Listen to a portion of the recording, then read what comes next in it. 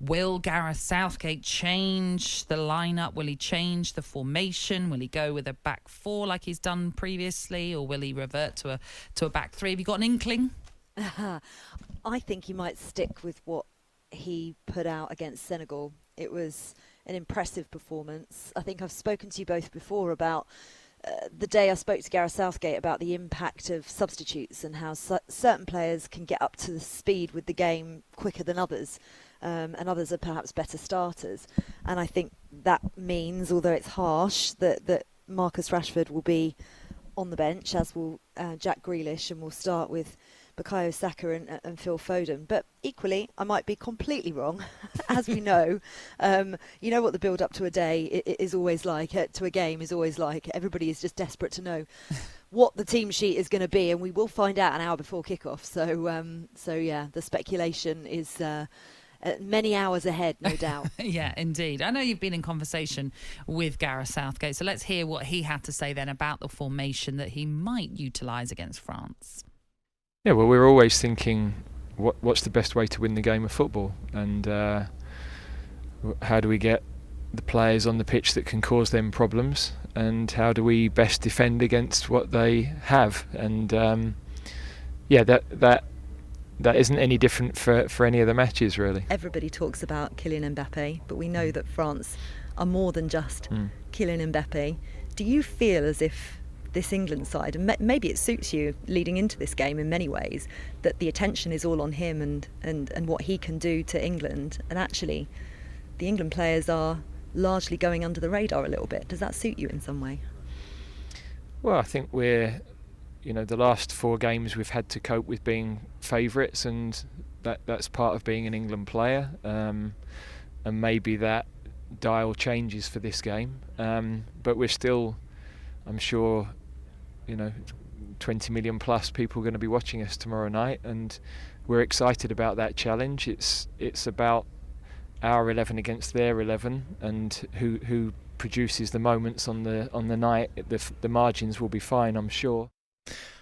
Faye, there, Gareth says our 11 against their 11. If you go back to 2018, I think this England team, with the emergence of Saka, Foden and Bellingham coming into it, is a better team than 2018.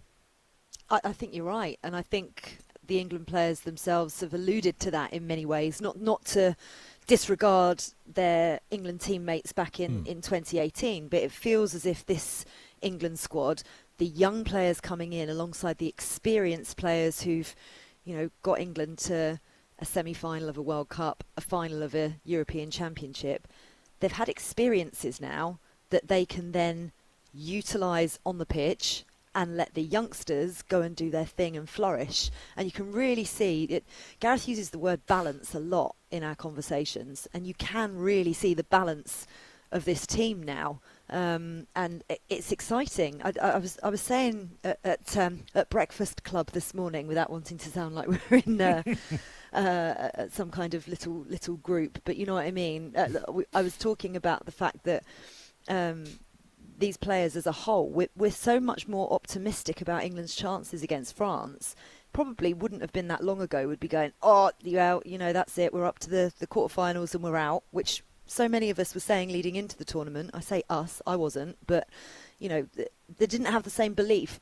Fans and people who watch England regularly didn't have the same belief, whereas it feels in this tournament as if England are growing into it. We've still got more to bring to the table, and a 100% performance from England is going to take them through to the semi-final, I believe. And I don't feel like for quite a long time I've felt as optimistic going into such an enormous game.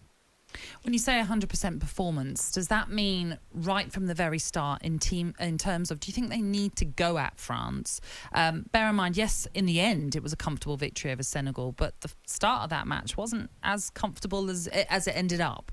And the only match that has felt more comfortable in the opening 45 minutes has been against Iran in the first match, hasn't it, really? Yeah. They do need a better start, but equally I think settling into the game is important. If you watch both of the quarterfinals yesterday, the first half was about building, and then the game opens up in the second half. So I wouldn't be that surprised if it goes in even at half time and then opens up into the second half. But I said this yesterday, attack is our best form of defence for this England side. And, I like the fact that everybody's just talking about Mbappe. I think the players are getting quite frustrated about it. And actually a few of the England players in camp this week have said, I think we're being underestimated a little bit and not necessarily getting the credit that we deserve.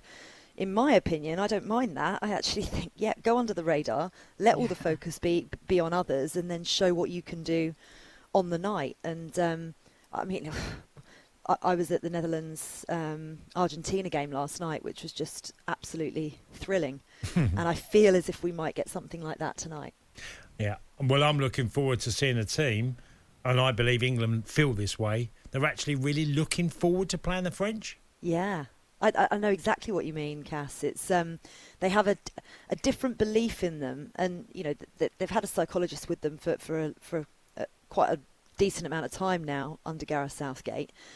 But it definitely feels as if that mentality has been worked on and is a key part of what Gareth Southgate has been building over the last 6 years. And it's just switched in certain players. You can just see they go into a mode, and the language that they're using, it's not arrogant. They're very careful not to make sure...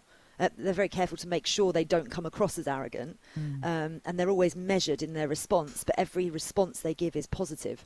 And why else would you ever step on it's quite basic, really, psychology when you think about it.